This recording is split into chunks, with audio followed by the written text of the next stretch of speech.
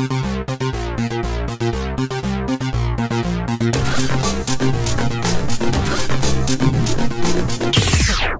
try not to cough. For 45 minutes, Shawn Harwell will attempt not to cough. Hello, everybody. Live from the Never Heard of It studios in Cleveland, Ohio. This is Never Heard of It. I am one of your hosts, Craig Moorhead, and I'm here, as always, with... Shawn Harwell. And it is great to be at the Rock and Roll Hall of Fame studios today. This is... in beautiful Cleveland. Especially this time of year. Well, and especially with this movie we got today, Craig. Indeed, it's very fitting. You know, the tagline on the poster for this one is "Get crazy. It's your last chance to party. Say goodbye to your brain." And I feel like this movie lives up to that. The movie is Get Crazy, 1983 movie, directed by Alan Arkush, starring Malcolm McDowell, Daniel Stern, Ed Begley Jr., among many others. That's right. And this podcast may also give you the opportunity to say goodbye to your brain. I hope so. This movie was suggested by a friend of the show, Terry Welch. Terry, thank you very much for suggesting this. This one really came out of left field, and I think it was certainly worth the time, easily worth the amount of money involved. Yeah, that's right. Thank you, Terry. And yes, you can find this movie on YouTube for the big old price of $0. If you haven't seen it already, or if you would like to see it, and if you'd like to make a suggestion yourselves, just like Terry did, you can do so on Twitter. We are at Never Podcast, or you can come find us at neverheardpodcast.com. We got links to Facebook, YouTube, Instagram, all them places. I fall asleep when I'm saying that, just myself. There's someone somewhere who's got like a pad of paper just waiting to write it down. What? And then they have no way of knowing.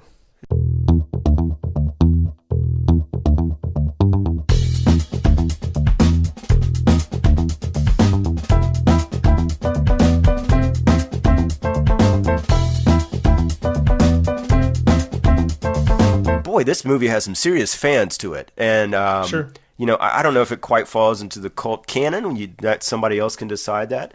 But if you're a rock and roll guy, like if you like your rock and roll history, there's a lot of stuff going on in this movie that you're gonna like, or you're gonna enjoy going down the rabbit hole.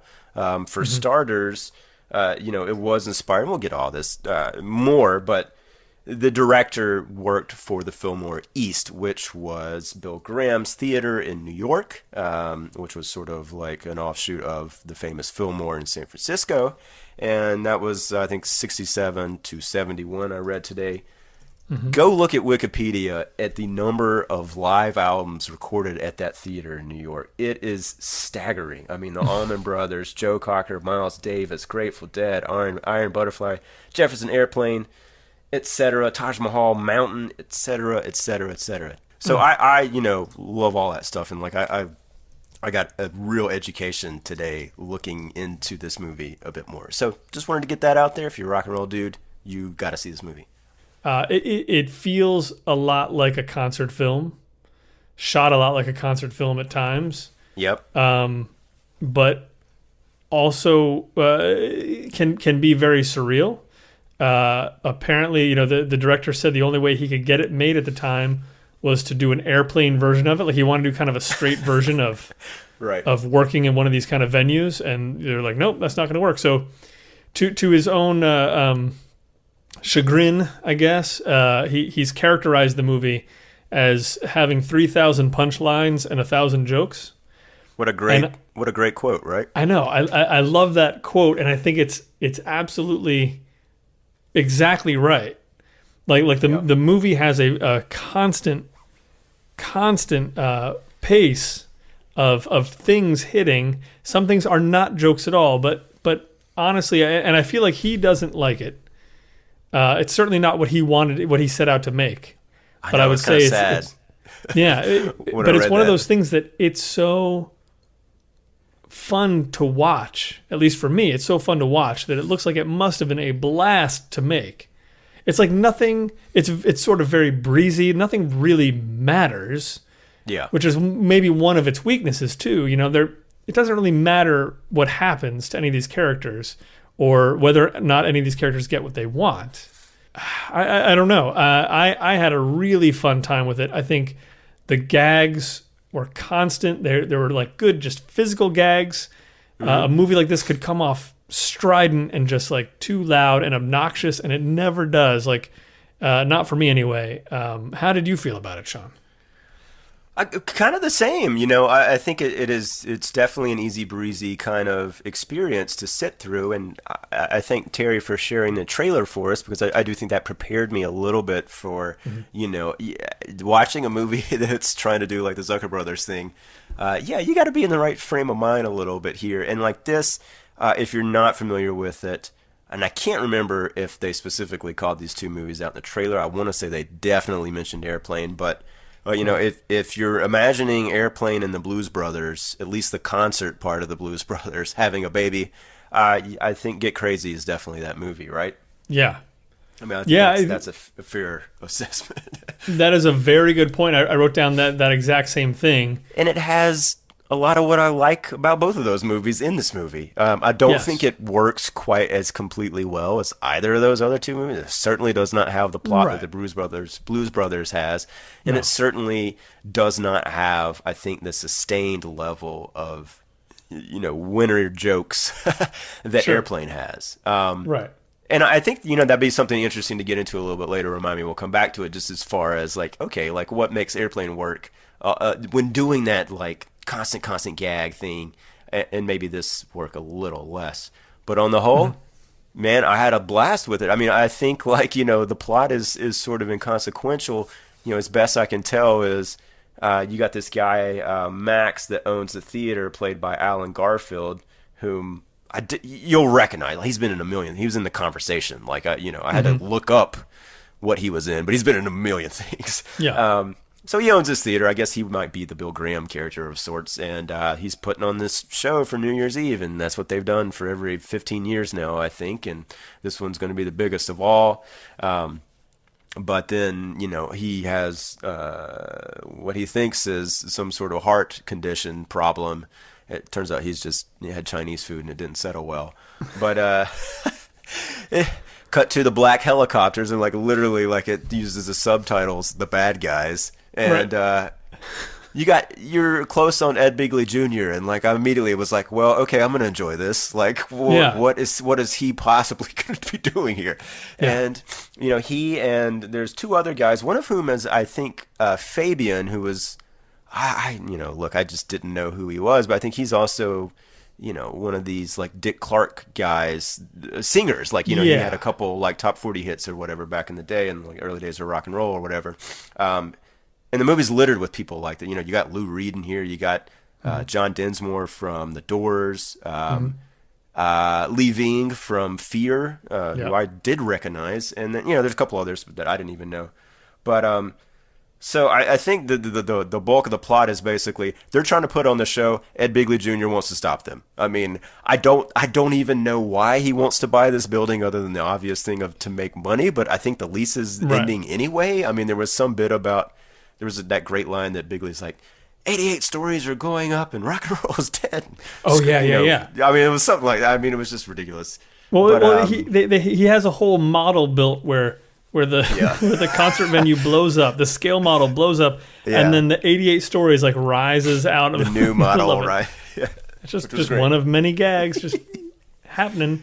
Yeah, and when things blow up, they blow up the way that, like, you know, dynamite blows up in the Roadrunner and Coyote cartoons. Yeah. There's definitely Max's nephew gets the char face in one explosion, I remember. The pace of the movie was perfect, and I think that's what helps you go along. Like, you don't feel when a joke doesn't land in this movie, you almost don't feel it. Because there's something happening immediately, or there's something already happening in the background, and you're just kind of carried along. And the other thing I couldn't help thinking about was like when Lou Reed shows up. Lou Reed may be a very funny person in real life. I don't know. I didn't expect him to come off funny. It's kind of one of those things. You know, sometimes you're watching like a show, or you're watching a movie that's supposed to be funny, and then like a NBA guy shows up, and all of a sudden it's like, oh God. Like, we got to lurch through this scene because this guy's like wooden. Yes, I know. You know, and I expect like all these music people to basically be the same thing. It's like when they show up, it's like, oh, he's a real music guy because he's terrible in this scene, and that's how I know. But that for me, that never happened. Lee Ving is perfect for what they want him to do.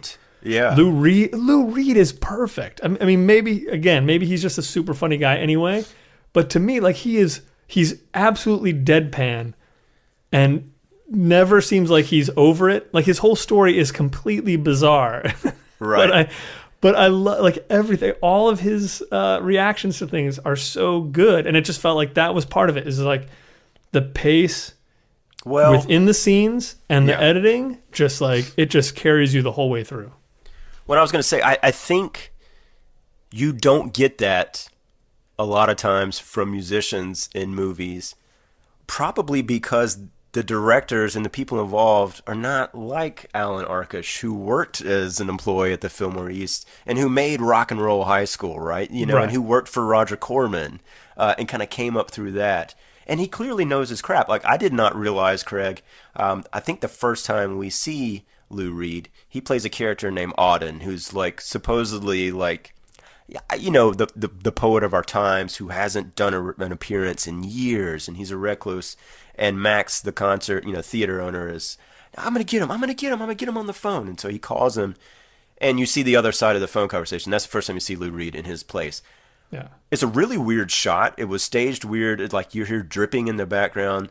That is a recreation of the cover of a Dylan album called "Bringing It All Back Home." I had no clue. What? There's a weird woman in a red like clothing smoking a cigarette behind Lou Reed, and they recreated that to a T. So I was like, okay, that's a really kind of interestingly cool detail in this very sort of like small, inconsequential movie that didn't have to have that kind of care behind it, you know?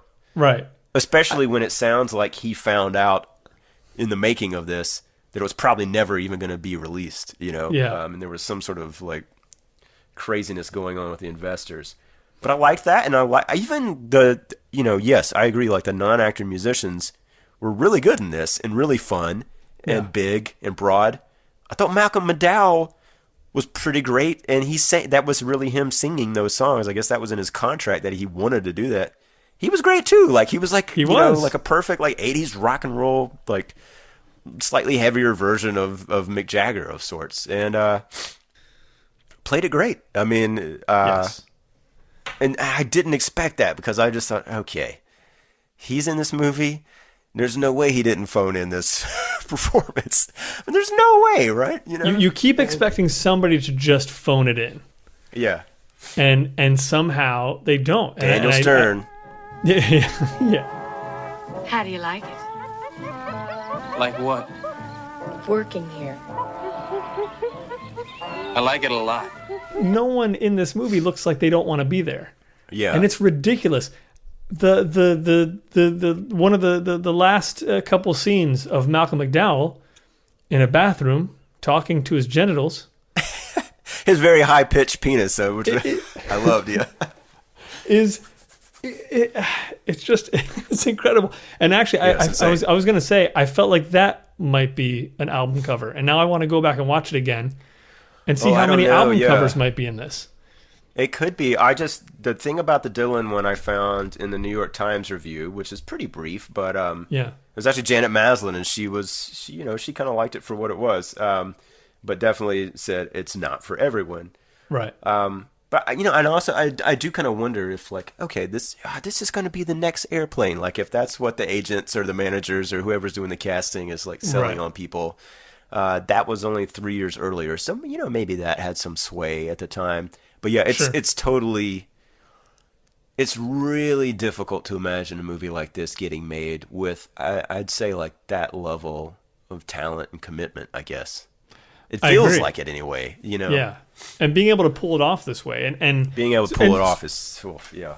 Right. I mean, sort of pulling it off, and maybe him having worked for Roger Corman kind of aided in this, but it's like, it's clearly a low-budget movie, and yet so many things about it feel like they have so much production value. Like, I mean, like they packed that house full of people.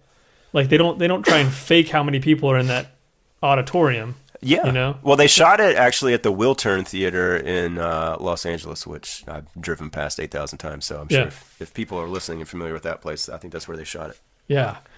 I mean, they're just straight up stunts. The gags involved are not necessarily simple. There's several pretty heavy duty car stunts. I won't say several, but like 2 or 3 like serious, like you have to plan for this car stunts. And yet everything feels kind of so loose and ragged that it never feels too stiff. Like I kind of feel like if this movie's made right now with the wrong director, it would just feel really stiff and really locked down somehow. Whereas this just never stops. I'll do you one better. Half the crowd would be CGI. And that to me, like, that's always, you know, we're talking about stunts and things like that, just choreographing this show that they actually put on these concerts. You know, I'm sure they're lip syncing in the room.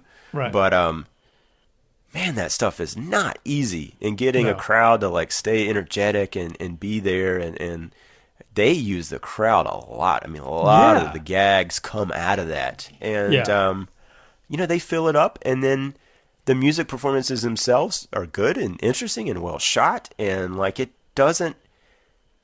It's crazy to say that it feels like a real concert when it's not even trying to. Like, it is way over the top, you know. It's not supposed to. And yet, to me, it felt more real than some of the crap I've seen in, like, biopics and things like that of musicians. Absolutely. So that was really interesting to me, and I don't know if that's a product of the time. But you were talking about budget, like I don't quite have the budget in front of me, but I did see on the IMDb page, I think in Alan Arkish's bio, it said that he got paid $85 to direct his first movie, which was called Hollywood Boulevard, which I think was maybe a Corman flick. So if that's all he got paid for that, I mean, maybe this was like he was like, oh sweet, I'm in like. I'm like rolling in the dough here on this movie. Right. Yeah. Oh my God. That's $85. $85. He was probably happy to do it too, right? Oh, absolutely. Yeah, I heard something not too long ago, and maybe it must have been a interview with Dante. Joe Dante, I think. Okay. Do you just call him Dante? I call him Dante. Well, I call him D. I guess it was him and Alan Arkish who used to cut trailers for Robert Corman. Yeah. And that's how they ended up doing Hollywood Boulevard, which is the thing. But was it on Trailers from Hell? Because that's Joe Dante's thing. Maybe. Okay, I'm gonna look that up. Very, very well could be. Not right now, but I am gonna look it up. No, let's all wait silently while you look it up. We'll just listen to the keystrokes. No, but so here's the thing. So clearly he's got a great sense of humor. Airplane came out. Airplane was super funny and everything. And there are definitely Airplane-like gags here. Yep. But this goes way more surreal more often. Electric Larry. Electric Larry. Like, what is that? I kept expecting that to actually pay off, besides the way it was already paying off, and it really didn't. Okay, so those who didn't watch it yet. There's a character in the movie called Electric Larry who I can only describe as sort of looking like a more shadowy version of the T-1000 robot in Terminator or whatever it was. Yeah. Who shows up like an at alien very opportune times. Yeah. Yeah, he's got a cowboy hat on, that's right, to provide and distribute drugs from the briefcase that he carries. It's usually like multicolored pills. He doesn't ever say a word, I don't think. Nope. But they return to this probably 4 times. There's absolutely no explanation whatsoever as to where he came from or what he's doing. One time he spikes the water cooler with LSD, I believe. Yeah. Which that gives a fun little bit of animation here and there, just added on top of this. Side note, if you're a fan of the classic, great Austin experimental band, the Butthole Surfers, they have an album called The Electric Larry Land, which I think is perhaps in reference to that, and also a play on Electric Ladyland, the Hendrix theme. Electric Larry, just in time. But Craig, once again, there were quite a few messages on the IMDb message board specifically about Electric Larry, and people love them. And there was more than one person that said that they had a friend in high school that they called Electric Harry, and I guess his name was Harry, so that was what they called. Which is such an '80s thing to me, man. I feel like people saw this on TV in the '80s and just fell in love night after night of late night drugs and munchies, probably. Oh man! But to your point, yeah, they come and go a bit. The gags, some of them work, some of them don't. Some of them are big, some of them are not. By the end of it, I kind of felt like they sort of tapered off quite a bit. You know? Well, some of my favorite stuff. And you're right, like this was definitely toward the beginning. I would say, yeah, let's give some good examples from the beginning of jokes, of gags, the kind of stuff that they were doing. So hit me with some of your favorites. Okay, here's a gag that worked on me like gangbusters. Okay. And I feel like it's not an airplane gag because I feel like the ZAZ guys who did the airplane movies were very disciplined in their gags. Right. And like their gags are very clear and they play out in a very clear way.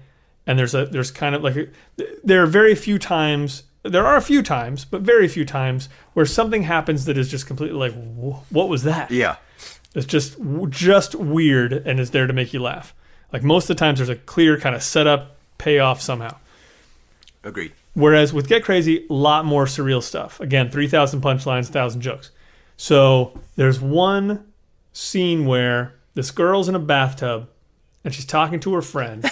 And they're talking about how they both want to go to this show, but one of them has to go to. Her friend is Daniel Stern's younger sister, who's still living at home with her parents. Right. And by the way, the girl in the tub is naked, and I think she's playing a character who's under the age of 18. I mean, I can only assume since they're home, right? I mean, they're with their parents. That's what they're complaining about. Yeah. Anyway. 1983 was a different time, everybody. Yes, it was. It's a little uncomfortable, though. Until you said that just now, I kind of didn't even think about that. I promise you that actress was probably like 27. Sure. No worries. But yeah, so she's taking a bath. At some point, there are a couple guys who appear in the window who have come up the window to spy on her, and she does something that makes them fall.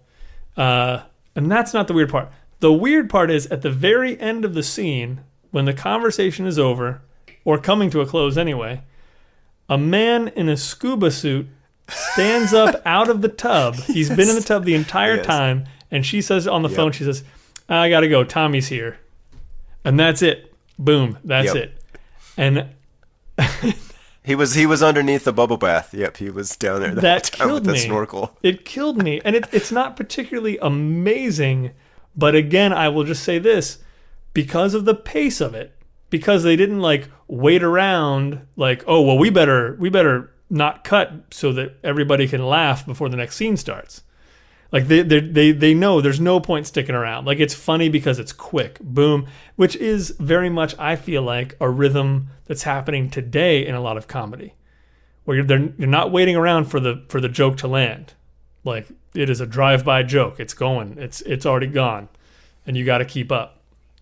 I agree. And in that way, I mean, maybe that's a part of why I responded so well. It's like I'm so now used to the comedy happening faster. And isn't that interesting? Whereas it feels like this movie was designed for you to struggle to keep up with the jokes. Yeah. I mean, like you said, there's 3,000 punchlines and 1,000 jokes. I could definitely watch it again right now, and I'm sure I'd pick up on a ton more stuff. Oh, yeah. Yeah. And I also liked that in that same scene that you were talking about, so the girl in the tub is on the phone with Daniel Stern's sister, who was played by, I'm looking here, Stacey Nelkin, so we'll give a little shout out to her. Nelkin. I liked her. Mm-hmm.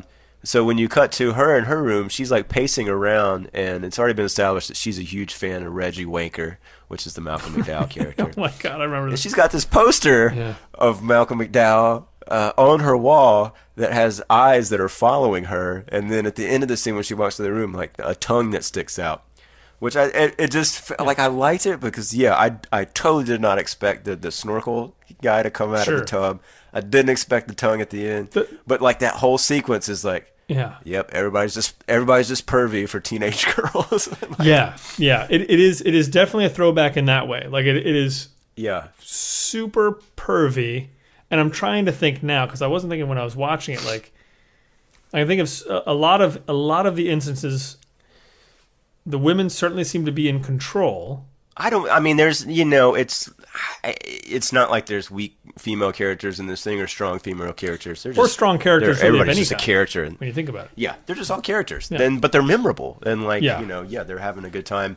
But another one of the scenes that I thought where they took the initial gag and yeah, like you said, like really stuck with it that I was surprised by was, like early on in the scene, basically the movie sort of starts around mid-morning, I think. Mm-hmm. Okay, and so they've got to get stuff ready for that night. At one point, you cut to a funeral for a man who was a guitarist and a driver for noted bluesman King Blues, and everybody at the funeral is blind. There's just always people who are blind walking around with canes. But one of my favorite lines was from that when he said in the funeral, he said, "God, take care of my man, or I'm gonna wax your ass," which I love. That was great. But anyway, so King Blues leaves the funeral and he's got to hustle to make it on time to the venue, the Saturn Theater. When he shows up to the venue, he's like, "What the hell is this?" I said, "I need a blues band. You guys got me a Jews band." And you just cut to Beautiful. These pasty white young guys dressed in blue suits with yarmulkes, and then there's one like Orthodox dude in the black and the little white robe and the hair. And I thought, okay, that's a pretty funny little joke there. Yeah. Okay, what are they gonna do with that? The band plays with them. They keep it going. There's a Star David on the bass drum. They got the menorah on top of the keys. Beautiful. The Orthodox guys playing their harmonica.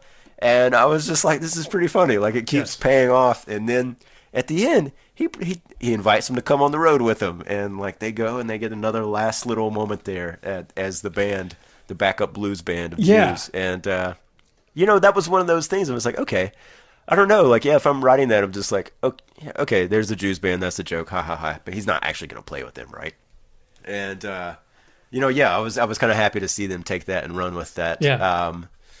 Another one that sticks out in my mind that for whatever reason, like, I just thought was kind of hysterical was, I think during the first Reggie Wanker performance, the Malcolm McDowell song that he did, there's a woman in the audience. I think it's the same woman. But she's like, "Reggie, I love you here." And God, what did she hands up, at one point she gives him a refrigerator as a gift. Yeah. Like instead of throwing panties onto the stage, like a refrigerator comes up to the stage. And I'm trying to remember now what it started as, but it didn't start as the fridge, but it would cut to that every now and then. Oh, there was a turtle, a live turtle that she just gave. And I thought that was great. So there's just like, some of those I like the gag even like when they're, when the people are finally like showing up and they let them in to open up the venue and get this thing started. And they come rushing in. The security's patting them down. And they're like, no guns, no, whips, no long joints. And this guy pulls out a gigantic joint, like the length of like, half his body from his pants leg. And okay, Cheech and Chong. But then there's an actual giant joint like that. Just walking around. I think. I mean, like, at first I just thought it's a guy dressed up as a giant joint, but I don't think it is. By the end of it, I'm like, no, I think it's just the character is a giant joint with eyes. Yeah. And that made me laugh. And I mean, there's so many of those things that, like, I don't know, like the stuff that I didn't laugh at this time. I do feel like it could be one of those. Okay, like, next time that joke will kill me. Well, and another joke that is in a vein of humor that's very close to my heart, which is this running gag where, because Max Wolf was sick, whenever you see him for most of the movie, he's in his bed. And that means he's in his bed if he's on the catwalk above the stage. Yeah, they just move the bed. If he's there. In his office, you never see the bed being moved, but if he's in the scene, he's in a bed. And I mean, just... that makes me feel so good. Yeah, that was one. And then the song that King Blues sings, the first one anyway. The first chorus of which is "The Blues got pregnant and they named the baby rock and roll," which I was not expecting. Yeah, that's pretty good. Right. There's a part of me that feels like that might not even be a joke song. That might be a real song, but yeah, let's not ruin any more gags for people. But believe me, there's plenty more. Well, yeah, you got to see them to believe. There are a lot of good ones that we haven't even touched on in any way. Yeah, I do think though, like on the whole, I thought the music was pretty good. Like, yes. And I know some of those songs. I know there was like a Ramon song in there, and one of those blues songs, Hoochie Coochie Man. Hoochie Coochie Man, yeah, that's a Muddy Waters song, I think. And then I think they did a Albert King's. Anyway, there's a couple of songs that I think might be original, and then others that aren't. Yeah. I thought all of them were pretty good. Like, it's easy to kind of like get caught up in that and like feel good about it. And like that's the thing too. Like you look at Spinal Tap, like those songs are freaking great, right? Sure. And like this doesn't quite have that level. You know, they're not being written for comedy's sake. Although that Hot Shot song that Malcolm McDowell sang, like, I mean, that's definitely like, you know, I mean, that is like Love Gun or something like that. You know, it's very clear what he's talking about there. And yeah, you really need that. I mean, I think that's another thing that, you know, you look at the Blues Brothers, it's a classic for a lot of reasons. But the songs are good, you know, the performances are good, and like that stands out. And then, you know, this, yeah, again, like, you know, you're maybe not going to rush out to buy the soundtrack, but it's an interesting mix of stuff, and it's pretty good. I also love like the band Nada, right? Yeah. Who is sort of like, I mean, like the Bangles and what was it, the Plasmatics. Like it's got that sort of thing that I was thinking about in the 80s where you just took the punk look but didn't necessarily play punk music. Right. Because they've got like backup singers and saxophone things. And I was like, yeah, it's like all-girl Billy Idol, you know? Like, because I always thought that was interesting. Even as a kid, I was like, why is he so angry and punk-looking and singing about white weddings and stuff like that? Like, the music didn't quite match that. Like, he doesn't actually seem scary and that at was all. the case. Yeah. No. I mean, but then when they had guest vocals by Piggy Lee Ving, that was, you know, I mean, that sounded like a Fear song, you know, and that was great too. I loved all the stage diving stuff. I thought that was hilarious and fun. But yeah, I don't know. So let's maybe we should talk about this though. I feel like as much as I enjoy this, it's easy for me to say that Airplane is the better movie. Do you sort of you agree with me there on that one? Yeah, I mean, is it only because I haven't seen this one enough yet? Maybe. Compared to Airplane? Maybe. And you haven't watched it with enough people, maybe. Maybe. I only watched it by myself and two dogs. So well, like formally, Airplane is the better movie. Like just in terms of, I don't know. That's certainly in terms of successful laughs. Yeah. Okay. It's the better movie. It's interesting because Airplane does sort of have a story where you do sort of care about whether or not the character gets what he wants, but it's in a universe that's so silly, it's not something that you're necessarily like really hinging a lot of things on. But I would say like Airplane certainly has a little more of that. Like, yeah, I mean, Get Crazy doesn't have any of that at all. Even when it sort of tries to at the end with a few characters, like there's no payoff, no emotional payoff at all.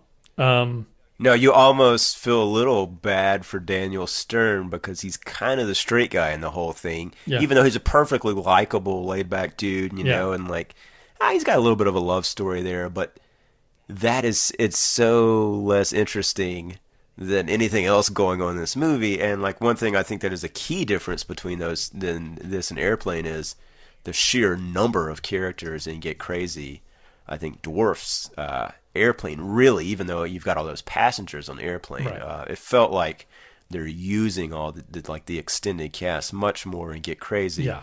And I think maybe you're right, like just having that these dynamic characters that maybe you don't care about them landing this plane, or we're not supposed to like really like worry about that, obviously.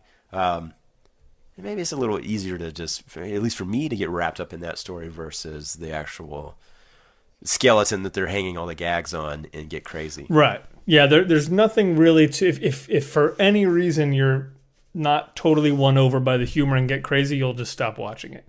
Like there's not Yes, not a for real sure. through line to watch for. If you're not enjoying that, you're not going to get it. I don't know if this is backtracking here at all. But No, go ahead, backtrack. But speaking- I had one other thing I wanted to point out too. Go okay. ahead. Well, so Daniel Stern, as you said, he has a love interest in the movie. And it is the daughter of Max Wolf, who owns the venue, as I understand it. She shows up. Was she the daughter? She's going to... Wait, is that right? She does not have the same last name. Her name is Willie Loman. And that was a connection I kept trying to figure out. I know, right? Why is she named for the person from Death of a Salesman? Right? Yeah. Yeah. And I realized there weird. may be no reason whatsoever. I looked through the rest of the names to try and figure out if there was more stuff that's kind of like that, and I wasn't really seeing it. Like, yeah, I don't know why. I mean, yeah, just for that reason too. I'm gonna have to watch this movie again. There's really no way around it. But yeah, what were you gonna point out? Well, I was going to say, if there's any Trekkies out there, Robert Picardo Yeah. plays the fire inspector / marshal, which I liked that performance too. I thought that was kind of a fun little character. There's not much going on there, but he's been in a million things too, and I definitely recognized him. He was in Gremlins 2, apparently, and I think, but most notably, I think he probably will be familiar to people from Star Trek Voyager and Star Trek First Contact, if you've seen those things, because I have not. So sorry about that, Trekkies. But, there it is, if you're a fan of the actor. I did have one question about the daughter, or well, maybe daughter, Willie Loman, whether whoever, however she's related to Max or that kind of thing. There was one, because they keep doing these sort of like daydream montage, well, not montage, but sequence when Daniel Stern, like every time she walks into the room, right? So the first time she comes in, like he immediately like is imagining like this like jungle scenario where he's like dressed in like the Tarzan loincloth and carrying a chimp on his shoulder, you know, as he meets this beautiful girl. I think the next time, it like starts out in the daydream and she's in like drop dead gorgeous like lingerie. She looks great, right? And so like she's walking toward him, and then, you know, they're using visual cues. You know, I think there's some fog, and I don't know if they sort of use like the soft filter on the lens or not. But they step out of that sequence, right? You know, so she's not in the smoke and the red light and all this stuff that was cueing you into the fact that this is clearly a daydream. And so now she's just walking with him, but she's still in the lingerie. And I was like, wait, what? What happened? She dressed, and like she's telling about why she, I think, left. Like she used to work at the Saturn Theater as a stage manager, just like Daniel Stern. Like I think she's telling why she left the first time. I missed all of it. I was so like caught off guard by what they were doing. And like it's kind of a funny thing to do. Like I think like that's another like stylistic gag that's pretty interesting. And you know, it again, it's like what you're talking about, like play the joke a little bit further. They go a little bit further and then they snap out of it and like, yeah, she's just dressed like a normal person. Do you remember why she said that she left the first time? I don't. I'm at dying all. to I know, don't remember Craig. any of that story. I remember what Okay, you're talking about. And the thing that kind of occurred to me about that is it's hard to make a planned continuity error like that. Like and it's such, It really is, you know, yeah. like it feels like such a sort of a breezy thing. Like, oh, we just didn't change her back to her costume for the scene, you know? But that's actually really hard. I mean, they not maybe really hard, but it takes effort to kind of keep up with all that kind of stuff. Right. Yeah, that's really funny. Well, all the more reason to watch it again. Oh man, for sure. I found the thing about the investors, and I thought maybe that we can end on this cautionary note. Yeah. All right. So this is from Wikipedia. So, you know, clearly this movie was not a home run at the box office. No. But Arkush said, quote, the scam they came up with being, or they being the producers, was to sell the shares in the movie to some Wall Street tax shelter group and then put it out so that it would intentionally lose money. Just like the producers, he references, the Mel Brooks movie. So nobody saw it on purpose. It was so horrible to work so hard on something and then see it just thrown away. And that, oh man, that just sucks. Yeah, because I've never heard of anybody doing that, and that's awful. That is a lot of hard work. Like, you watch that movie, yes, that's not an easy movie to make. And if you're, and apparently along with this, like, you know, just continuing the tragedy of this movie not being seen, part of the reason that it's not out on DVD and Blu-ray and whatnot, and you know, maybe one day it'll end up streaming, is apparently because of issues with, I think, the music rights. And man, that's too bad, but it's not surprising that if you're working with people that are scamming the release, that perhaps the deals they negotiated on the music were not long-standing. And that's unfortunate too. That does happen a lot. You know, I think I've heard about that mostly on TV. Like, things will finally get released on DVD, and people will be like, wait a second, I remember a different song on the scene during the Wonder Years. Right. And it's, because they had a license to use that song from the Byrds or whoever for 10, 15 years, and not anticipating that 30 years later people would still be dying to watch this on DVD right. or whatever. So yeah, if you're getting music for your movie, make sure you get the rights to use it, like, indefinitely. Man, yeah. I'd love for somebody to champion this movie. I mean, there's so many companies now who make Blu-rays and stuff like that. Like, sure would be nice if somebody could put that stuff together. Because it's not like Michael Jackson was in it. No, which actually may make it even feels harder. Like I don't know, you know, to track down the Lou Reed aficionados, you know, it feels like they would want to see this. Yeah. And, but yeah, you look at some of these places that do some of the, you know, just all those, like, horror movies that have been released and, like, get great special editions that you're like, is there really a large fan base for this movie? You know, Phantasm 4 or something, you know, not to put down the Phantasm series. But, I'd love to see one of those people, like, grab a hold of this and get it out there. Yeah. So it sounds like we're recommending it. Yeah, man. I would recommend it. I'd sit down and watch it with the family right now, if I could. I don't know if you should show your kids this quite yet. No, you definitely shouldn't. That'd be very confusing. They'll have questions. They might. I think they would probably enjoy it. Maybe they might be a little bored. Yeah. They'll have questions you may not want to answer. That's true. They may have questions you can't answer. But next year. Indeed. So thank you again, Terry Welch, Professor Welch, professor of comedy movies, craziness. Yeah.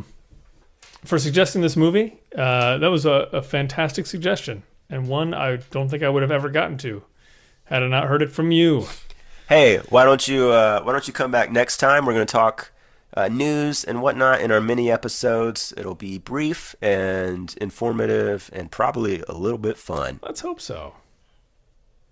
And then after that, we got a guest coming in. We'll keep you informed on that, but it's going to be a fun one as well. So stay tuned to Facebook, Twitter, wherever you get your podcast info from us. And, get crazy.